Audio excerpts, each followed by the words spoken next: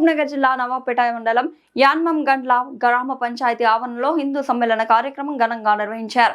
ఈ కార్యక్రమంలో పాల్గొన్న సమ్మేళన సమితి అధ్యక్షులు సర్పంచ్ రంజిత్ కుమార్ గౌడ్, మాజీ సర్పంచ్ హనుమంతు, రాజశేఖర్, పాలమూరు విశ్వసింధు పరిషత్, ఆర్ఎస్ఎస్ జిల్లా విద్యార్థి ప్రముఖ శ్రీమాన్ మక్తల్ పవన్ దీక్షితులు, జ్యోతిష్య ఆగమ శాస్త్ర పండితులు, వంశ పారంపర అర్చకులు, పురోహితుడు రఘువీర్, గౌతమ్, ఆర్ చంద్రమోహన్ వక్తలు మాట్లాడుతూ చదువుకో, మానవ జన్మ రహస్యం తెలుసుకో, భూమి మీద పుట్టిన మనిషి బుడిబుడి అడుగులు వేయకముందే భరతనాట్యం పరిచయం చేసిందని, మన దేశం 1000 సంవత్సరాల క్రితం సరిగమ పదనిస ఇచ్చిందని, మన దేశంలోని 84,000 కోట్ల జీవరాశుల్లో మానవ జన్మ అదృష్టమని, అన్నిటికీ స్వేచ్ఛ ఉందని, అనేక జీవులు నివసిస్తున్నాయని, మనం మాత్రం స్వార్థం కోసం మనం జీవిస్తున్నామని, నీతో పాటు అనేక జీవులు నివసిస్తున్నాయని తెలిపారు.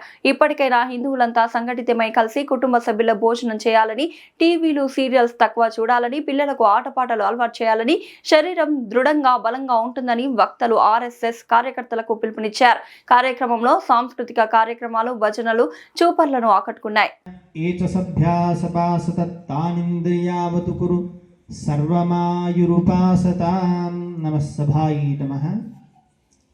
వేదికను అలంకరించినటువంటి ఈ హిందూ సమ్మేళన సంబంధించినటువంటి హనుమంత్ గారికి, గ్రామ సర్పంచ్ గారికి, తర్వాత మా ఆర్ఎస్ఎస్ సంబంధించినటువంటి వక్త గారికి, పుర ప్రజలకు, మాతలకు, మాతృమూర్తులకు, పిల్లలకు, పెద్దలకు అందరికీ నమస్కారం చేస్తూ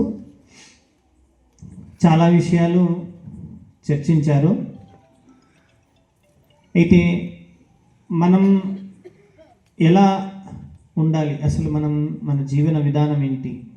ఒక ఇంట్లో ముసలోళ్ళు చనిపోయినా తెలుస్తలేదు, వారం రోజులు 10 రోజులకు మురిగిపోయిన శవం వాసన పట్టినే పక్కింటోళ్ళకి తెలుస్తుంది.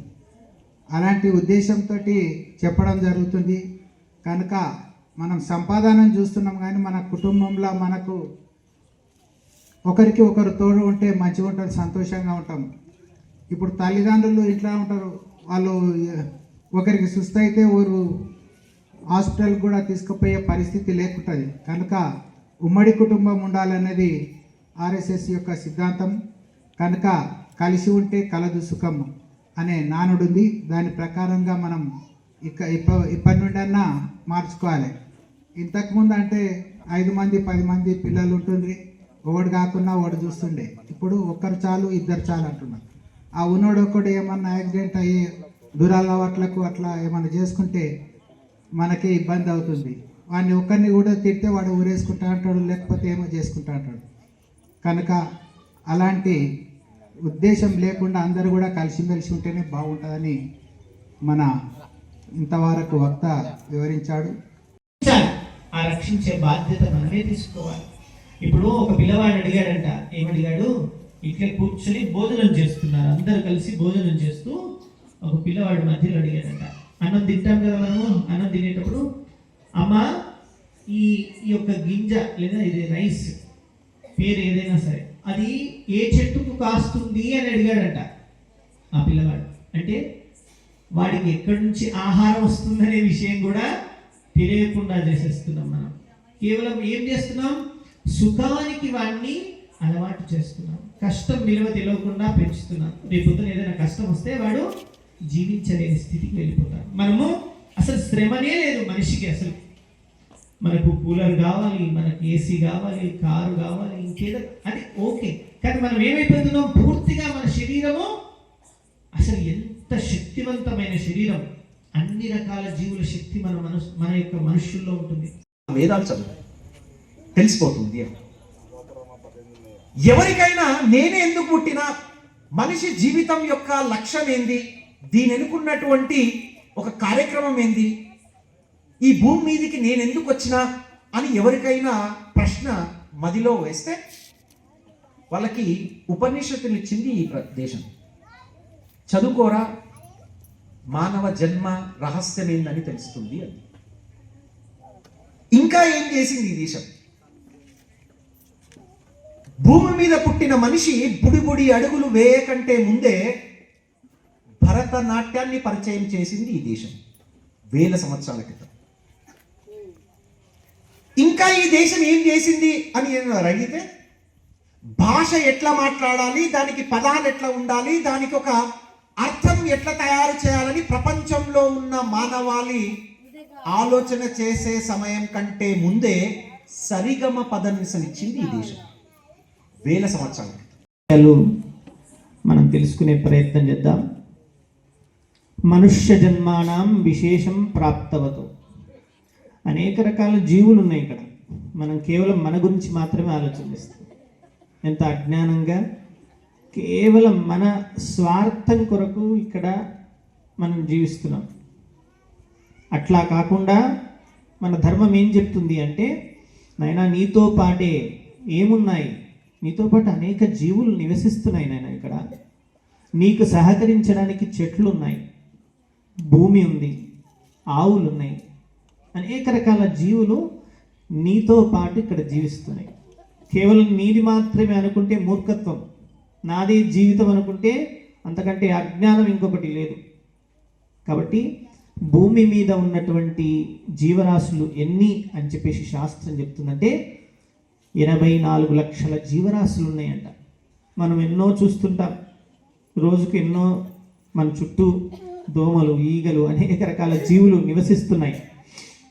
మరి వాటన్నింటికి ఆహారం కావాలి, అవి కూడా జీవించాలి మనతో పాటు. వాటిని మనం రక్షించుకోవాలి. హిందూ మతం నుంచి ఇంకొక మతానికి మారారు. వాళ్ళ సంతానమే ఇప్పుడు మన సమాజంలో ఉన్నవాళ్ళు.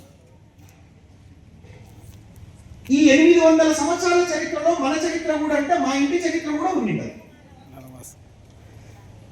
వాళ్ళు అప్పుడు పరిస్థితులు ఎట్లా ఉండే అంటే,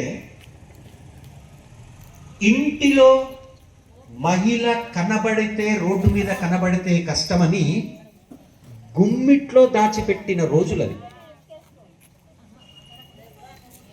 అట్లా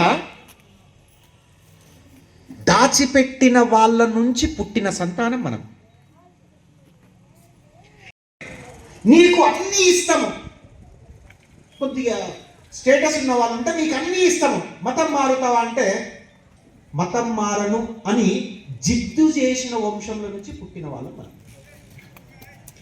ఒకవేళ ఇది కాకుంటే వాళ్ళ ఆకృత్యాలని లేదా వాళ్ళ అరాచకాలని తట్టుకోలేక అన్నీ వదులుకొని, సర్వస్వం వదులుకొని ఆ ప్రదేశం నుంచి తన కుటుంబాలను తీసుకెళ్ళి వేరే ఎక్కడో దూరంగా పెంచిన వంశం నుంచి పుట్టిన వాళ్ళ మనం. 4000 మంది తలపండిన వాళ్ళు వాళ్ళ మతాలను అందరూ మాట్లాడారు. చికాగోలో వివేకానందుడు ఏమని మాట్లాడు? 4000 మంది కూర్చుంటే నిశ్శబ్దంగా కూర్చోబెట్టి వేదాంశ సారాంశాన్ని అందించిన వివేకానందుడు పుట్టిన భూమి మన. ఇంత ముందుకే మన కార్యక్రమము వందే మాతరంతోనే ప్రారంభించినాం. ఇక్కడున్న చాలా మందికి వందే మాతరం ఫస్ట్ 4 లైన్లు వాడిన తర్వాత బంద్ అయింది. వందే మాత్రం ఇంత పెద్దగా ఉంటుందా అని కూడా తెలియకపోవచ్చు. వాళ్ళ పరిపాలన ఎట్లుండే అంటే చరిత్రలు ఇప్పుడు కూడా అక్కడక్కడ రాస్తుంటాం. మన ఇంటి ఆడవాళ్ళ బట్టలు లేకుండా బొడ్డెమ్మలు ఆడిపించారు వాళ్ళు. నవపేట మండలంలో ఒక ఊరుంది, కాసిం రజ్వి వాళ్ళ అరాచకాలు ఏంది అని తెలుస్తున్నారు. ఆ ఊరు పేరు మీకు తెలిసి ఉన్నారు.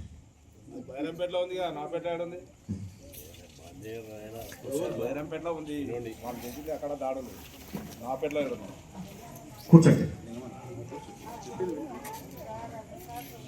ఎందుకు అంటే చరిత్ర మనకు తెలియకపోవడం, దీని వెనక చరిత్ర తెలియకపోవడం. మనకి కొన్ని విషయాలు ఏం తెలిసింటే దాని గురించి మనం మాట్లాడుతుంటాం. ఇది మనిషి సహజ స్వభావం.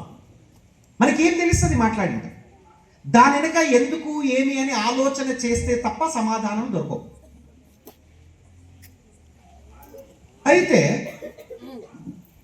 ఎందుకు ఈ విషయాలు మనమందరము ఇక్కడ చర్చిస్తున్నాము అంటే, కార్యక్రమానికంటే ముందే మనము 21వ శతాబ్దంలో అత్యంత ప్రజ్ఞావంతుడైనటువంటి ఒక వ్యక్తికి పూలమాలలు వేసి మన కార్యక్రమాన్ని జరుపుకున్నాం.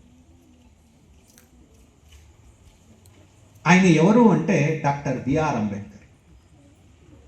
డాక్టర్ బిఆర్ అంబేద్కర్ గారు ఏం చెప్పారు అంటే, ఏ జాతి అయితే తన చరిత్రను మర్చిపోతుందో, ఏ జాతికైతే తన పూర్వీకుల గురించి తెలియదు, ఏ జాతికైతే తాను వెనుక ఉన్నటువంటి ఏ విషయాలను విస్మరిస్తుందో, ఆ జాతి ఎప్పుడూ భవిష్యత్తును నిర్మాణం చేయలేదు అంటారు. ధర్మాన్ని మర్చిపోవడము, అట్లా మర్చిపోయిన కారణంగానే మనం ఈ దుస్థితికి వచ్చాం. అట్లా మనం భూమిని రక్షించుకునే బాధ్యత మనదే. కాబట్టి అలాంటి ధర్మంలో మనం పుట్టినాం కాబట్టి ఆ భూమిని రక్షించే బాధ్యత మనది. ధనుర్ధరాయి విద్మహే సర్వసిద్ధి చ ధీమహి తన్నో ధర ప్రచోదయాత్ అని చెప్తున్నాం. నువ్వు వేసుకున్న షర్టు కానీ, నీకు వచ్చినటువంటి శరీరం కానీ, నీకు కళ్ళు కానీ, నీ చేతులు కానీ, నీ కాళ్ళు కానీ, నీ నాలుక కానీ, నీ కన్ను కానీ, నీ దృష్టి కానీ, నీ ఏదైనా సరే ఈ భూమి నుంచి వచ్చినదే కదా. సాధిస్తాం. మనం ఎన్ని రోజులు ఉంటాం ఈ భూమి మీద? మహా అంటే కలియుగ ఆయుష్ 100 సంవత్సరాలు. అది కూడా తగ్గిపోయింది. అనేక రోగాలతోటి, అనేక వ్యాధులతోటి, చింతలతోటి, కుటుంబ భారంతో, వ్యధతోటి ఏమే ఆలోచన చేస్తున్నాం. మనుష్య జన్మ, శాస్త్రం ఏం చెప్పిందంటే అసలు మనుష్య జన్మ రావడమే గొప్ప విషయం అని చెప్పింది. కానీ మనం ఆ జీవితంలో లేము. ఎలా ఉన్నామంటే ఒక మాయలో పడిపోయి భ్రమతో ఈమె నా భార్య, నేను ఆమెకు భర్తను, ఇదే నా కుటుంబము, లేదా స్వార్థ చింతనతో డబ్బుకు, వ్యామోహానికో, భూమి కొరకు, దేని కొరకు కొట్లాడుకుంటూ జీవిస్తున్నాం. కాబట్టి మనుష్య జన్మ అనేటటువంటిది దేని కొరకు వచ్చింది ఒకసారి గమనించండి. ఈ మహాబ్రహ్మాండంలో మనం ఇక్కడ కూర్చున్నాం. ఎందుకు వచ్చాం? ఎవరి కొరకు వచ్చాం? ఎందుకు కూర్చున్నాం? ఇలాంటి చింతన చేయడమే మన ధర్మం. అదే సనాతన ధర్మం. దాంట్లో ఏం చెప్తున్నారు? ఈ యొక్క మన యొక్క చుట్టూ ఈ బ్రహ్మాండంలో మనం భూమి ఉన్న స్థితిలో మనకి రోజు కిరణాలు ఇచ్చేవాడు ఎవరు? సూర్య భగవానుడు. మనం కృతజ్ఞతా భావంతో ఉండాలి. ఆ కృతజ్ఞతను మర్చిపోతున్నాం. శాస్త్రం ఏం చెప్పేదంటే కృతజ్ఞో నాస్తి నిష్కృతి. నీకెవరైనా సహాయం చేశారు, నీకెవరైనా మంచి మాట చెప్పారు, నీకెవరైనా ఒక హెల్ప్ చేశారు, నీకు అన్నం పెట్టారు, నీకు ఒక ఉపాధి కల్పించారు, నీకు ఒక ఉద్యోగం ఇచ్చారు, నీకు ఒక చదువు నేర్పించారు, నీకు ఒక జన్మనిచ్చారు, ఇట్లా ఎవరైతే నీకు సహాయం చేస్తారో వారి పట్ల కృతజ్ఞతతో ఉండు అని చెప్తుంది. అదే సనాతన ధర్మం.